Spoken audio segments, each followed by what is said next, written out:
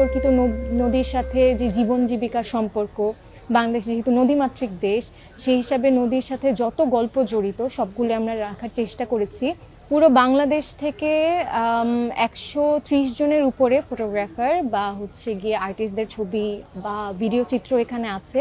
এর মধ্যে 120টার মতো সিঙ্গেল ছবি, প্রায় 11টির মতো গল্প এবং প্রায় 9টি আমাদের ভিডিও চিত্র আছে।